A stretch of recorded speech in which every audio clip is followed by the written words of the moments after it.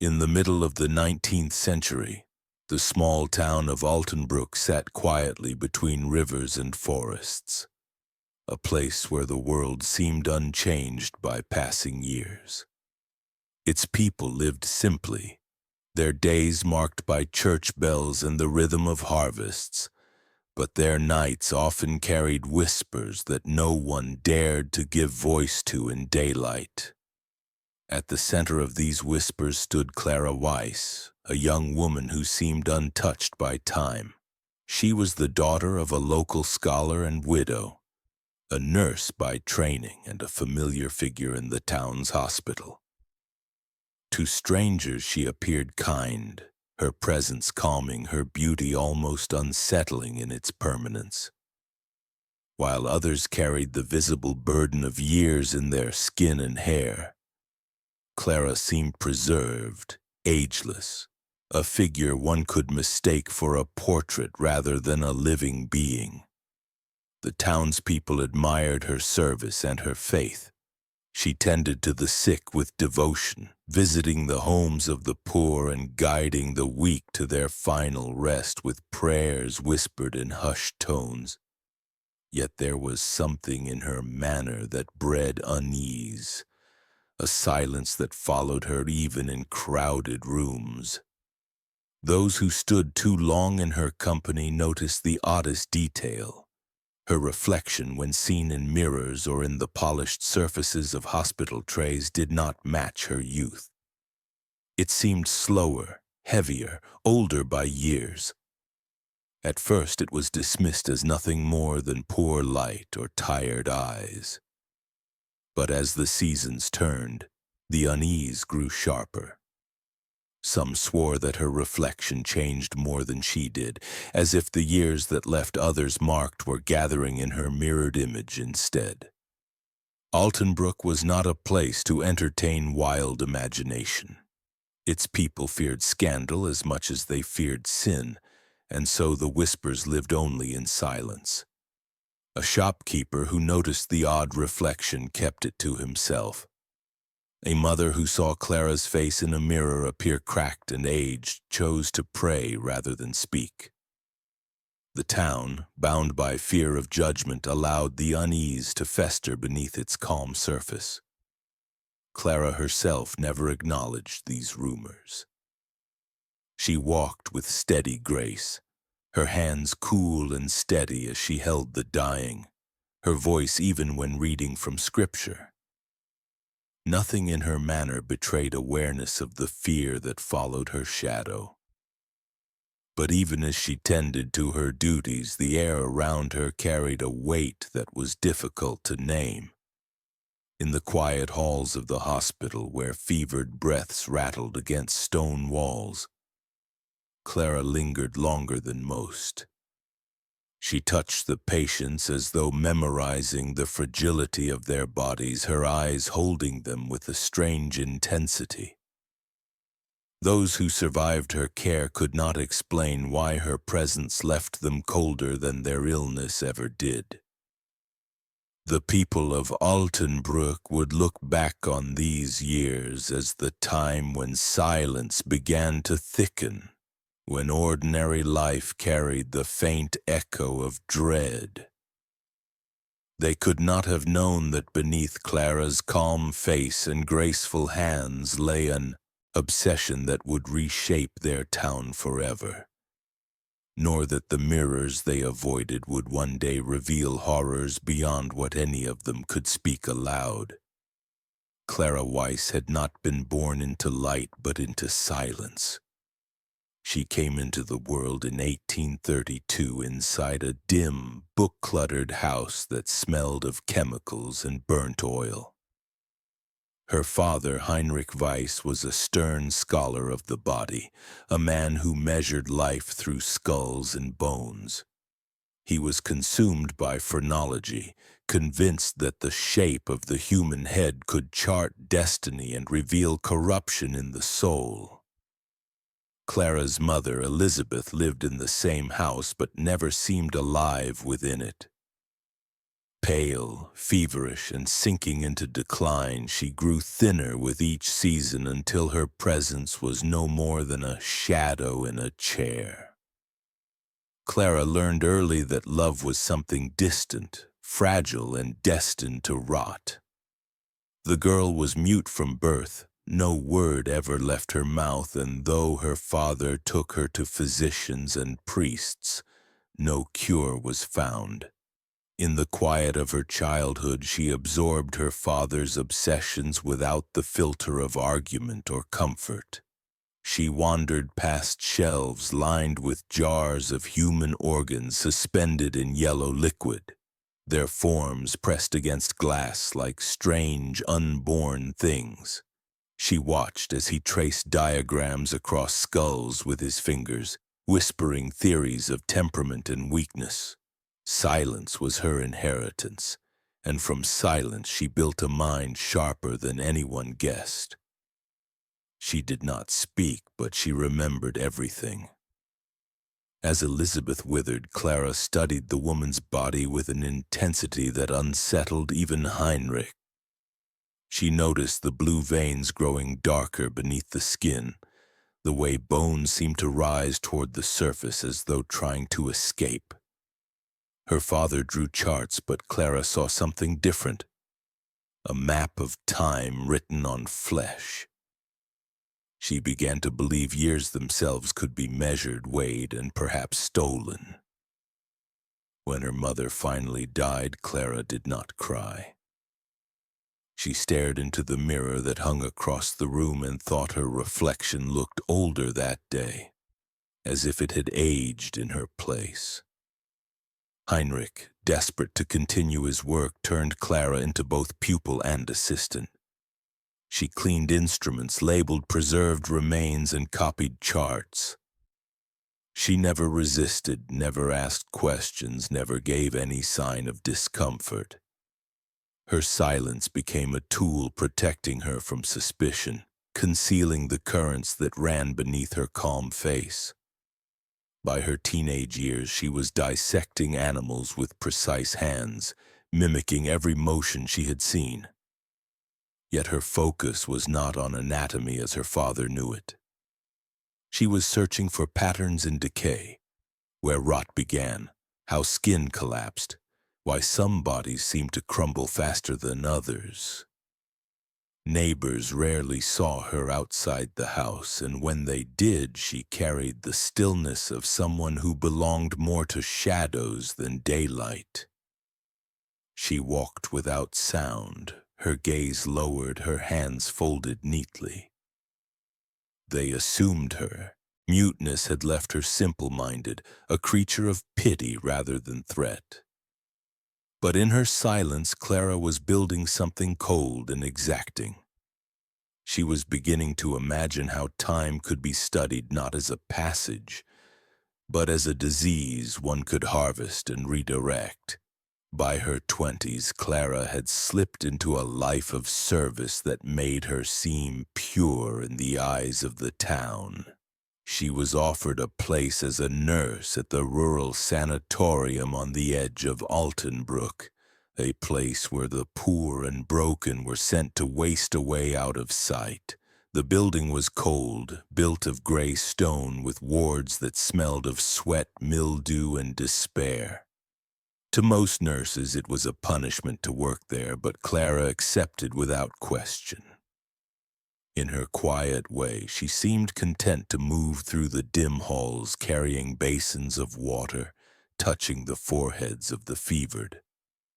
But behind her still eyes was something calculating, something exact. She was not there to heal, she was there to observe. It began subtly. Patients under Clara's care would not recover. They wasted more quickly, their skin breaking down, their bodies collapsing in on themselves as if years had been compressed into days. Their names were soon erased from records, marked simply as dead, and because the sanatorium was a place of forgotten people, no one demanded answers. Clara filed their charts with precision, making notes in her own hand that only she understood. She had begun experimenting with conditions of the body, altering their diets, controlling their sleep, introducing stress not for treatment, but for study. She wanted to see if she could quicken the decay she had studied as a child. Beneath the hospital, in a long unused storage hall, she found her true sanctuary. The stone-walled room had once been used to hold broken furniture and rotting supplies, but she cleared it piece by piece, turning it into her hidden ward. She carried a single mirror into the room, an object she polished until it gleamed. To her it was not just glass, but a ledger, a witness to the changes she hoped to control. Each time she brought a patient into the ward, she forced them to sit before the mirror. Their suffering reflected back at them while she recorded every mark, every hollowing of the eyes, every wrinkle that seemed to appear too soon. She named her work the transference of decay. She believed that what she took from them, years, vitality, the weight of time, was being pushed into her reflection, leaving her untouched. In the mirror, she thought she saw proof. Their faces broke down faster while hers stayed smooth. She began to crave the results, taking patients more often, slipping them into the hidden ward at night when the halls were empty. The other nurses thought her tireless, a saint for the forgotten. They never asked why she stayed so late, why her lamp still glowed in the cellar long after others had gone home. The doctors praised her devotion, noting how calm she remained even as death filled the air. But for Clara, devotion was not to faith or duty. It was to her secret chamber, her mirror, and the cold pursuit of what she believed could change the very nature of human life. Clara's cruelty was never loud, never careless. It unfolded with the patience of a surgeon and the stillness of a ritual. In the hidden ward, she began to refine what she called her method of glass, a series of procedures designed not to kill outright, but to draw out the invisible weight of time from her victims. To those who entered, it seemed like a chamber of ordinary instruments, but in Clara's hands, every object became a tool for precise torment. She did not crave blood or chaos. She wanted control, the kind of order that made her feel as though she was conducting years like an orchestra. She starved some not of food, but of sleep. She kept them upright on narrow chairs, tying their limbs so that the moment they drifted toward rest, they would collapse forward, snapping awake to the jolt of pain. For days this continued until their minds broke down, their hair graying at the roots, their eyes hollowing as though decades had passed overnight. Clara wrote down each change, her script neat and orderly, while the mirror recorded the rest. She noticed that each sleepless hour seemed to echo in her reflection, its surface quivering, lines appearing faintly across the glass only to fade when she touched it. Others suffered under the silver needles she heated until they glowed. She did not pierce at random. She etched fine lines across their faces, patterns of wrinkles that should have belonged to age rather than youth. She pressed the needles in until the flesh scarred, then forced them to sit before the mirror, watching as the lines deepened in the glass faster than on their own skin. Clara would stand behind them, her hand resting lightly on their shoulders, her face unmarked and radiant in the reflection, while theirs withered like dried fruit. The most chilling of her methods required no movement at all. She would strip her victims of the ability to act, binding them in chairs, leaving them with only their eyes free. For hours, sometimes days, She forced them to look into the mirror while she whispered prayers that were not prayers at all, but recitations of her father's old phrenology charts. Each word meant to strip them of identity and replace it with the weight of years. She believed the mirror was a vessel that could feed on despair, drawing vitality away with every reflection. She never raised her voice, never struck in anger. She carried out her experiments as though she were measuring fabric or tuning an instrument. Each victim became another number, another note in her growing symphony of decay. And when they finally collapsed, skin sagging, eyes dim, their faces marked by years that should never have belonged to them, Clara stood untouched, serene, and younger than she had been when the experiment began. In her own mind, she was no longer a nurse at all.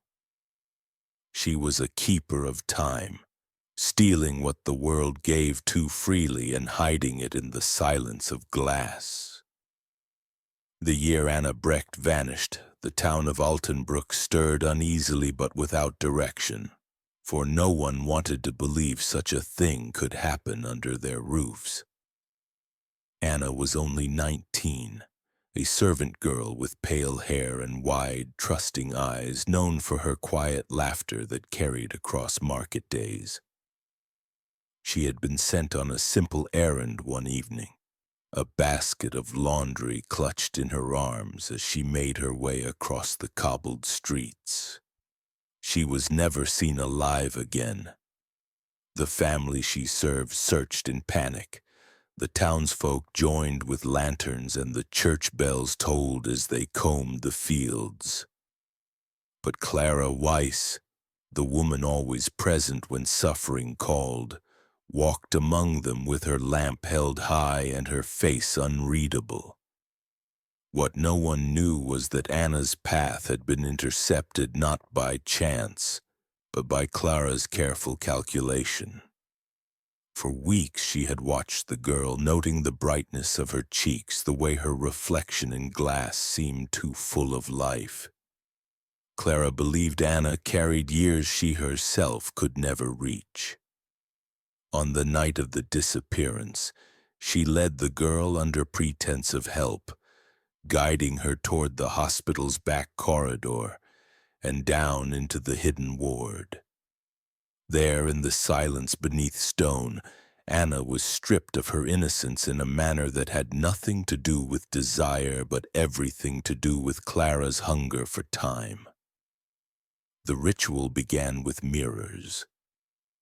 Clara forced Anna to sit in the chair at the center of the room, a mirror placed before her, another behind her, so that her reflection multiplied in endless corridors of light. Anna begged at first, then wept, then fell into a silence more chilling than her cries. Clara moved with exactness, pressing heated needles against her skin to trace faint patterns of age, then carving numbers into her arms that marked the years Clara intended to take. Each line was drawn not at random, but according to calculations Clara whispered from her father's old notebooks. When Anna collapsed into unconsciousness, Clara continued. She drained her veins into basins lined with polished metal, forcing Anna's face to hover above the reflection of her own blood. She believed that the mirror did not merely show reality but consumed it, and that by feeding it the essence of the young she could transfer their years into herself. Anna's face grew slack and gray, her lips blue, her eyes sunken in a way that no 19-year-old should ever bear. Clara, watching in her own reflection, thought she appeared fresher, smoother, as though Anna's decline was a gift handed directly to her. When the town finally found traces of Anna, it was weeks later. Her remains surfaced in the river, but they were not remains anyone could understand. Her bones carried no signs of the natural passage of youth. The flesh that clung to them was both young and ruined, as though time itself had fractured and collapsed within her. Doctors could not explain it. Priests whispered of curses, and families prayed over her grave in silence. But no one dared point to Clara, the nurse who had searched tirelessly by lantern light, who had wept so quietly during the funeral mass. Her innocence was unshaken in their eyes, even as suspicion flickered at the edges of their thoughts. It was this death, however, that deepened the town's unease. Whispers of Clara's unchanging face grew louder, the memory of her aged reflection retold in secret kitchens and market stalls. Yet no one moved against her. Fear had sealed their mouths, fear of scandal, fear of naming evil where it hid in plain sight. And so Clara's life continued undisturbed, her hands steady, her face luminous, while beneath the hospital floor the mirror gleamed with the weight of another stolen soul. Clara's appetite deepened after Anna Brecht's death. What had begun as careful study within the safety of the sanatorium grew into something more daring, more expansive. Patients no longer satisfied her. They were already half broken when they arrived, their bodies weary with illness and despair. Clara wanted vitality. She wanted the raw brightness of life so she could strip it away piece by piece. So she widened her reach beyond the hospital walls. Children who lingered too long near the markets, wanderers who passed through without kin, the elderly who lived alone on the edges of town. These became her quarry. No one suspected the quiet nurse who carried bread to the poor and sat with the dying. Her methods grew more symbolic, almost ritualistic. She believed that if years were weights, they had to be marked, cut, and measured into the flesh. On one victim, a young beggar boy, she carved the numbers 1 through 10 along his arms, each number seared with a heated blade. She kept him alive for days, watching how the wounds festered while his reflection in the mirror appeared decades older. She recorded in neat handwriting that the boy had aged 30 years in 3 days, his body collapsing under the burden of years he had never lived. For the elderly, her methods turned crueler still. She suspended them upside down, ropes cutting into their ankles until their blood pooled toward their heads. She placed mirrors beneath them so that as their faces swelled grotesquely, they were forced to watch their own flesh distort. In her notebook, she called this the inversion of time, writing that when life was forced to flow backward, years could be stolen more quickly. When they finally suffocated or their hearts gave out, she whispered over their corpses as though giving them last rites. The most disturbing experiments were reserved for those who seemed to glow with youth. Clara devised a ritual she called the silver baptism. She would strip her victims bare and submerge them in shallow baths of mercury, propping their heads so they could not sink but forcing them to breathe the fumes that poisoned from within. Mirrors were placed at every angle so that even in delirium they watched themselves decay. Hair falling, eyes clouding, skin mottling like spoiled fruit. Clara remained untouched, her skin luminous, her eyes unlined. The deaths were slow and terrible, but to her they were not cruelty. They were necessary acts of extraction, like a farmer threshing grain. Each victim became a case study, their years recorded and transferred into her ledgers. She never killed in haste, never left her work unfinished. When her victims finally died, she preserved fragments of them, strips of skin dried and pressed flat, jars of blood, locks of hair. each kept beside her mirror as though they were offerings to the glass. She believed the mirror hungered, and she fed it like one feeds an altar flame.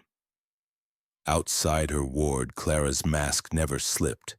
She still knelt in church, still read from scripture to the sick, still offered bread to the hungry. Her eyes remained soft, her voice gentle, her face as serene as a painted saint.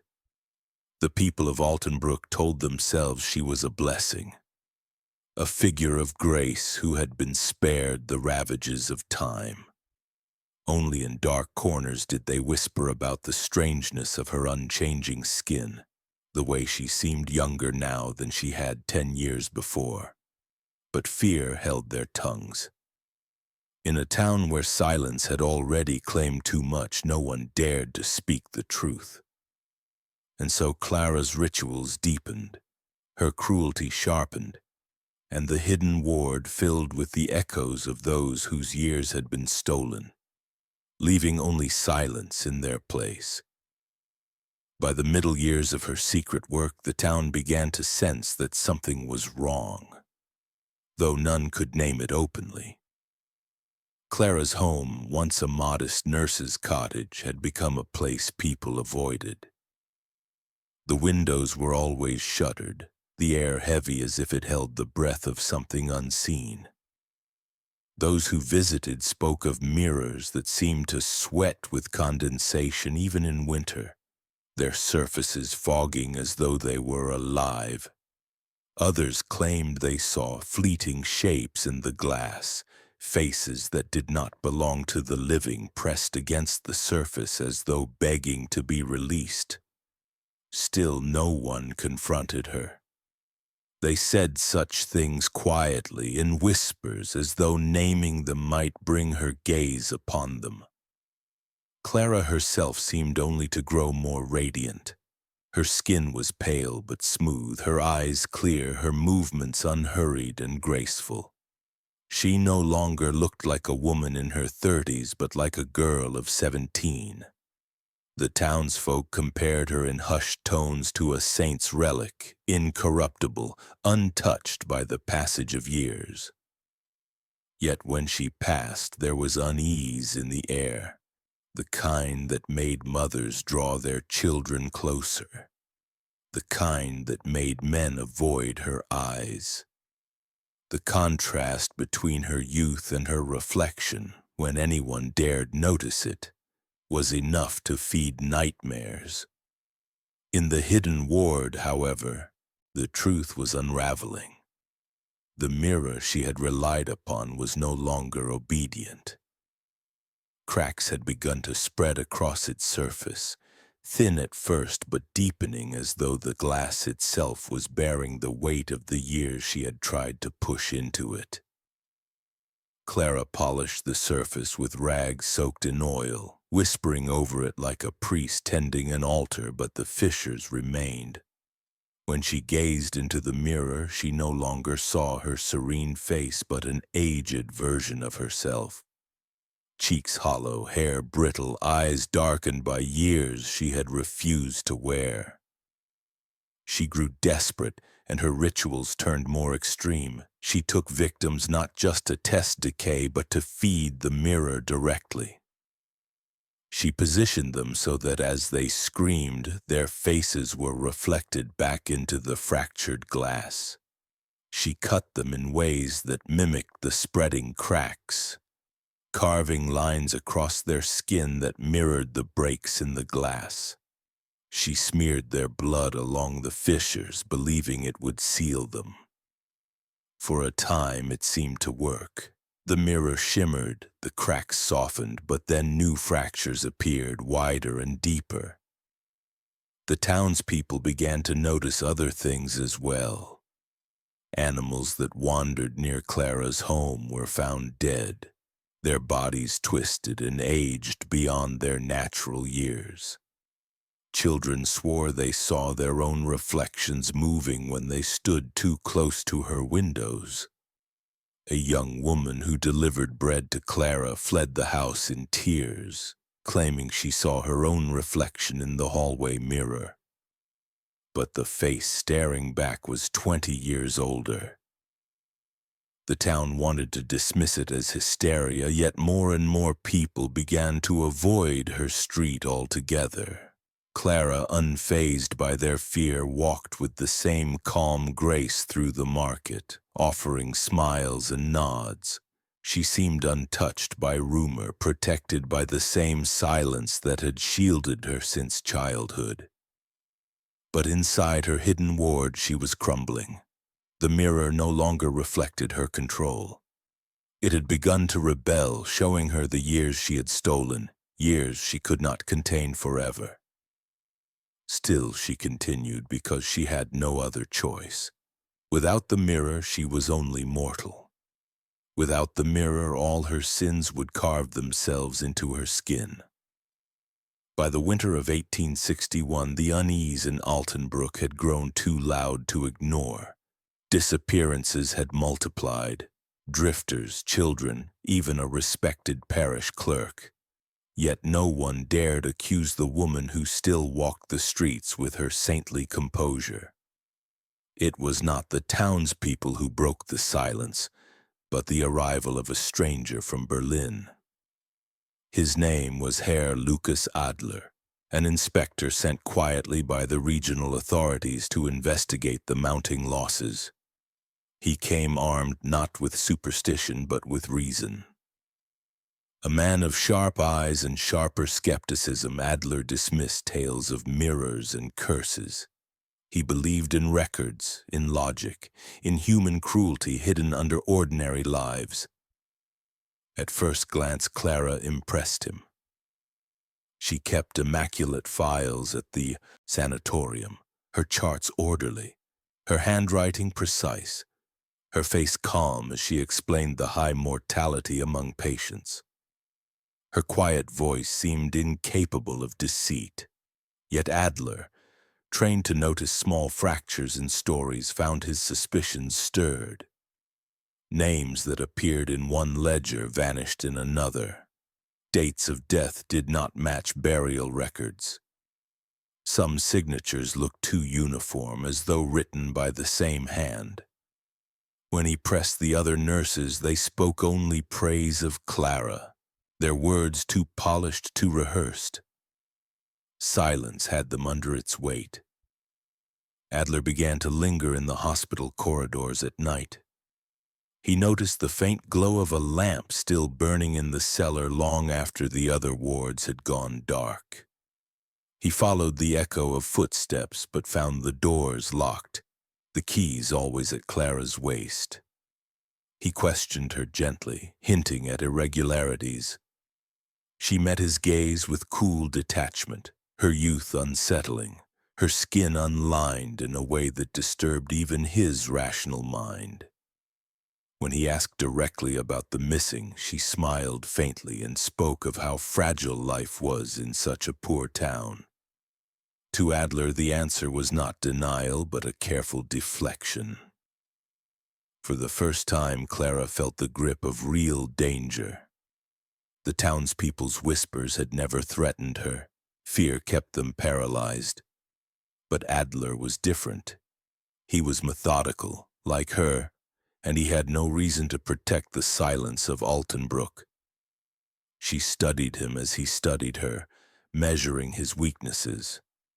He was rational, but his rationalism blinded him to the depth of her obsession. He believed in human cruelty, yes, but he did not yet believe in the possibility of something beyond cruelty. Rituals that touched time itself. That arrogance made him vulnerable. Clara decided he could not be allowed to remain only an observer. He must be drawn in, tested, and if necessary, consumed. She began to appear in his path deliberately, leaving files where he would find them, standing in mirrors where his reflection caught hers, passing him bread as though she wished to thank him for his work. To him she appeared almost innocent, a fragile woman bearing too much responsibility. But beneath her stillness she was calculating. her mind already designing an experiment that would stretch the limits of her method. Herr Lucas Adler thought himself the hunter, peeling back the layers of a town's silence. He did not yet realize he was already within Clara's ward, already marked as the next subject in her search for immortality. The mirror was waiting for him, and Clara was patient. She had always been patient. Clara waited until the winter deepened, when snow muffled the town and the sanatorium halls grew silent after midnight. Herr Lucas Adler had grown too curious, his questions cutting closer to the heart of her secrets. He lingered near the cellar, his notebook filled with names she had erased. Clara watched him as a hunter studies prey, never rushing, waiting for the moment when his suspicion would bring him too far inside. That night she guided him without words, leaving a door ajar, a lamp burning faintly at the end of the stairs. He followed, convinced he was uncovering hidden truths. In truth, he was stepping into her design. The ward welcomed him like a tomb. The mirror stood waiting, cracks spidering across its surface, reflecting Adler's cautious figure in distorted fragments. Before he could retreat, Clara moved behind him with a precision born of years. A cloth soaked in ether pressed against his face, his body crumpling to the stone floor. When he awoke, his wrists and ankles were bound in chains, his body fixed to a chair positioned before the mirror. Clara sat across from him, her face calm, a notebook in her lap. For the first time, Adler understood that the quiet nurse was not a victim of whispers, but the architect of them. Clara's plan was unlike anything she had attempted before. She called it her clockwork experiment, a ritual meant to accelerate the transfer of years in ways beyond her earlier trials. She had built contraptions from brass gears and leather straps, attaching them to his arms and legs. The mechanism forced his limbs to jerk rhythmically, a grotesque imitation of a clock's pendulum. Each movement was slow but relentless, as though time itself had taken hold of his body. As the gears turned, Clara scribbled notes, her eyes flicking between Adler's reflection and her own. The mirror responded violently. In its fractured surface, Adler's reflection began to change with terrifying speed. His hair grayed, his skin sagged, his jaw hollowed. Wrinkles cut deep paths across his forehead and cheeks until the figure in the glass looked decades older than the man chained to the chair. Adler gasped as he saw himself crumble in the reflection, his breath quickening as he fought the weight of terror. Clara remained composed, recording every shift, whispering measurements under her breath like sacred incantations. To Adler, the torment was worse than physical pain.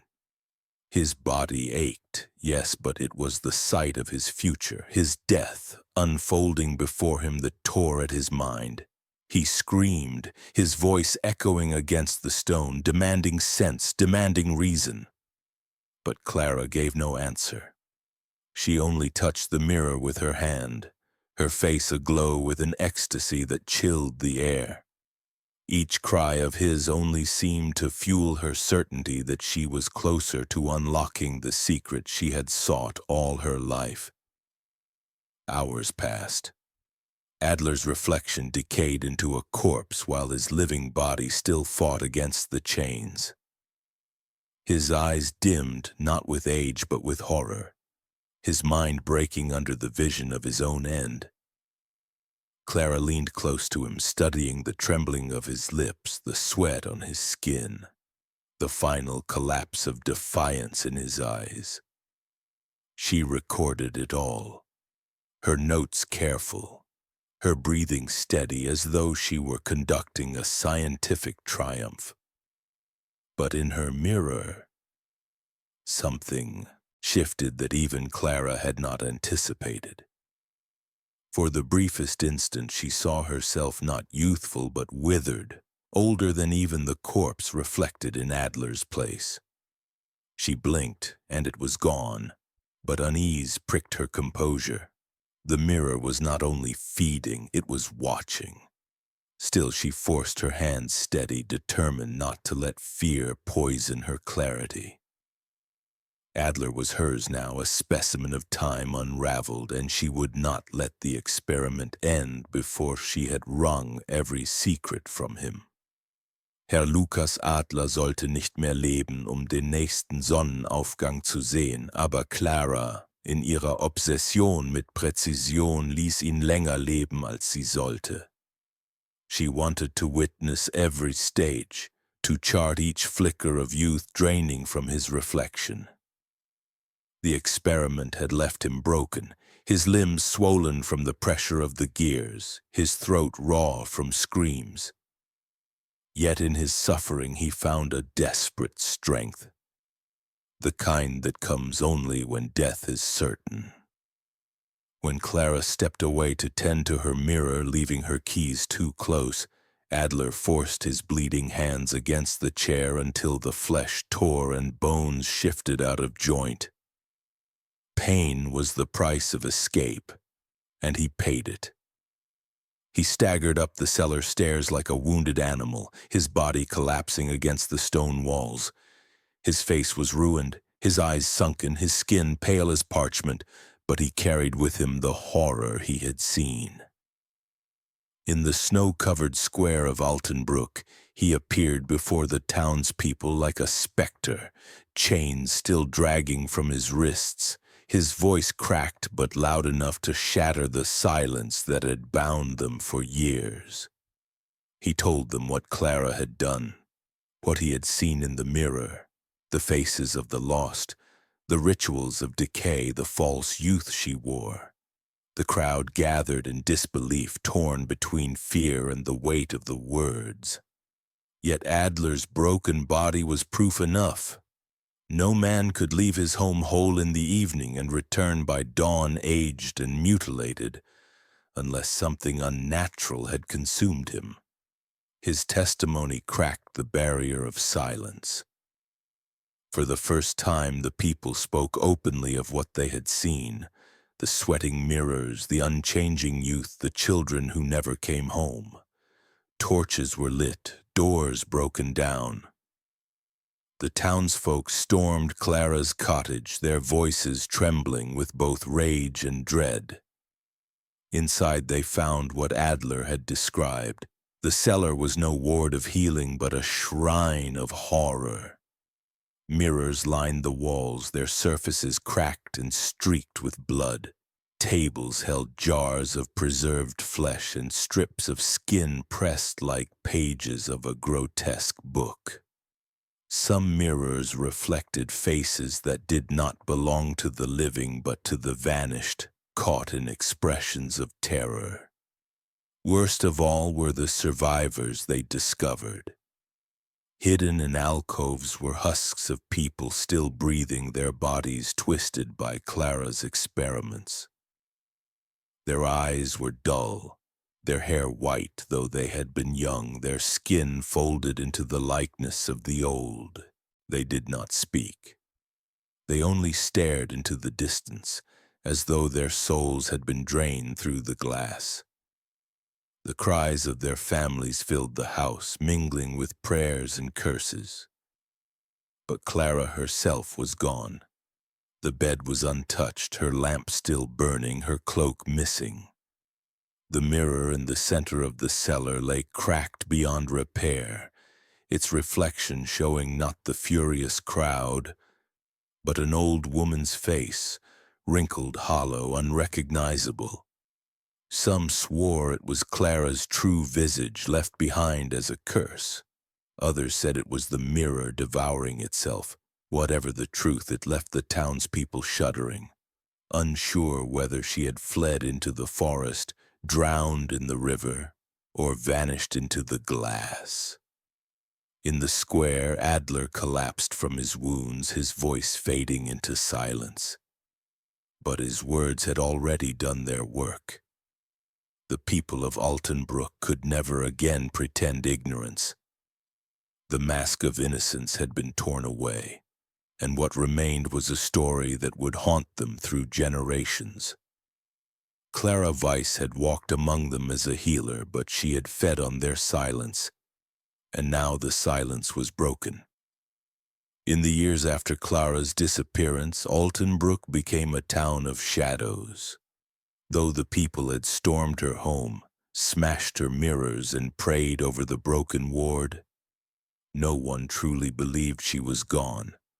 Her name was not spoken aloud, yet her presence lingered like a sickness in the air.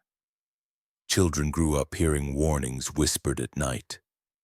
Do not linger by mirrors, do not wander alone, do not meet the eyes of women who do not age. The fear became a part of the town's bones, shaping lives long after the torches of that winter night had burned out. But Clara herself was not finished. Whispers followed across Europe, stories too similar to be dismissed.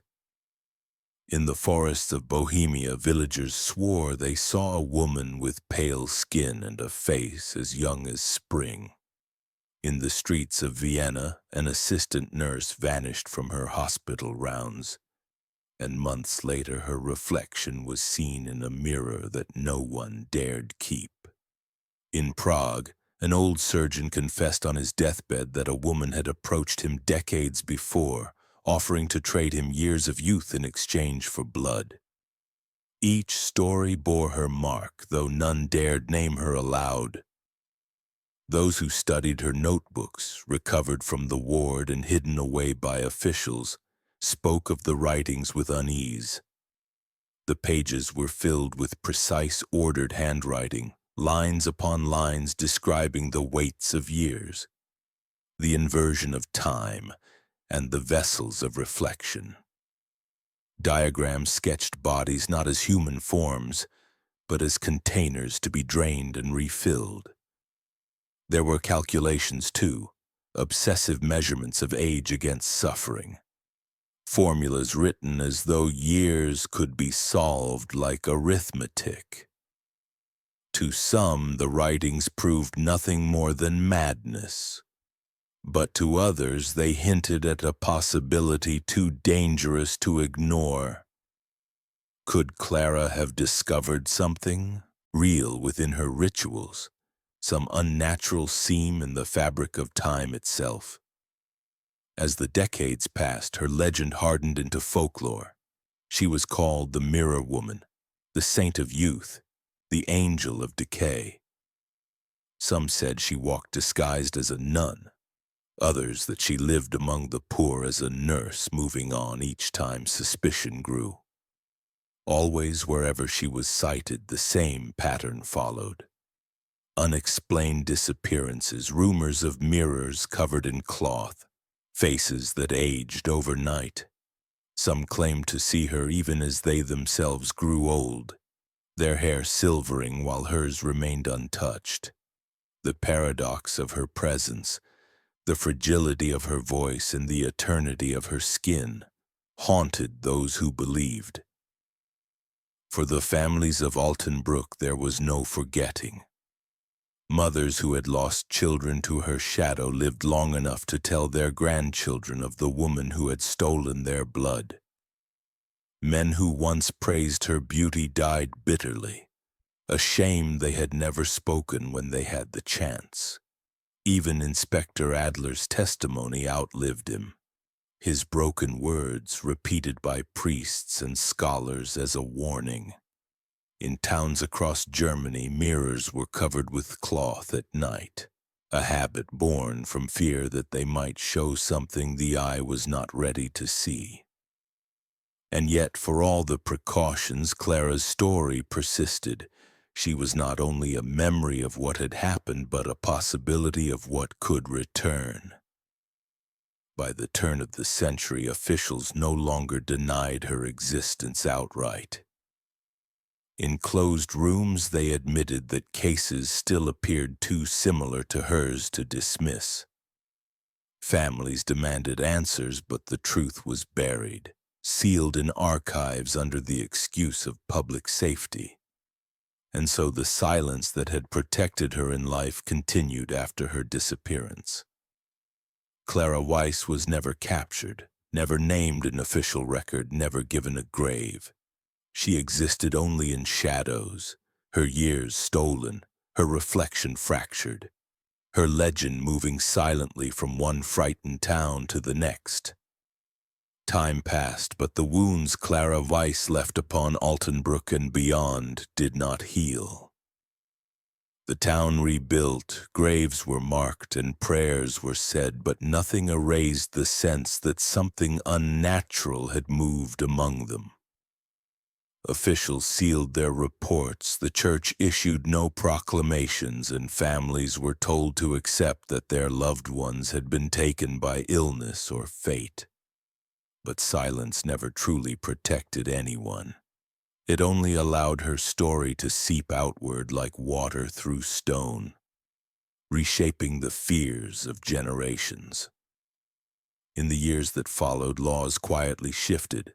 Hospitals were required to keep stricter records of their patients, ledgers double-signed so that names could not simply vanish. Burial practices changed. The dead were inspected more carefully, watched until decay began naturally, as though people feared their years might otherwise be stolen. Even mirrors became suspect. Families draped them in cloth during illness, some smashing them outright, claiming they did not want to see what might be staring back. In these habits lay Clara's shadow, preserved not as memory but as ritual. The memorial for her victims came decades later, long after those who remembered her face were gone. A stone was raised on the outskirts of town, unmarked at first, only later etched with a single line, "For the taken." No name was inscribed, for to name her was to summon her. Visitors still left offerings, candles, bread, sometimes even broken shards of glass, gestures that showed her story had never lost its grip. Scholars who came to study the town were given only fragments, whispers of Clara's experiments, rumors of notebooks that remained hidden in private collections. Some spoke of a mirror locked in a monastery cellar, its surface still cracked, reflecting a figure no one recognized. Yet the most enduring legacy was not stone or law, but fear. Clara had proven something no one wanted to admit, that evil can live quietly, wearing the mask of devotion, hiding behind good deeds. She had walked among them as a healer, a nurse, a woman of faith, and no one had dared speak until it was too late. That truth unsettled more than the horror of her experiments, for it forced people to consider how many others might live the same way, unseen. Was Clara unique, or only one of many who learned to hide hunger beneath innocence? Her story became less about her and more about the silence that sheltered her. Generations later, parents still warned their children about trusting faces that seemed too perfect, too unchanged by time. Priests spoke of her as a reminder that sin thrives best in secrecy. Historians debated whether she had discovered a true fracture in the natural order, or whether her rituals were nothing more than madness sustained by fear. Yet the question was never fully answered, and perhaps that was what gave her legend its lasting power. To this day, Clara Weiss is remembered not only as a woman who may have stolen years from her victims, but as a figure who revealed how fragile our faith in the ordinary can be. The thought lingers. If one woman could wear innocence so convincingly while hiding such horrors, how many others could do the same? How often does evil walk beside us, silent, unassuming, waiting for the moment to step into the shadows of our own homes? And so the story ends not with Clara's capture, not with justice, but with a question that weighs heavier than any mirror could reflect. What do you think? Could this happen again? Could someone like Clara Weiss still walk among us now, unseen, while we look into glass and mistake reflection for truth?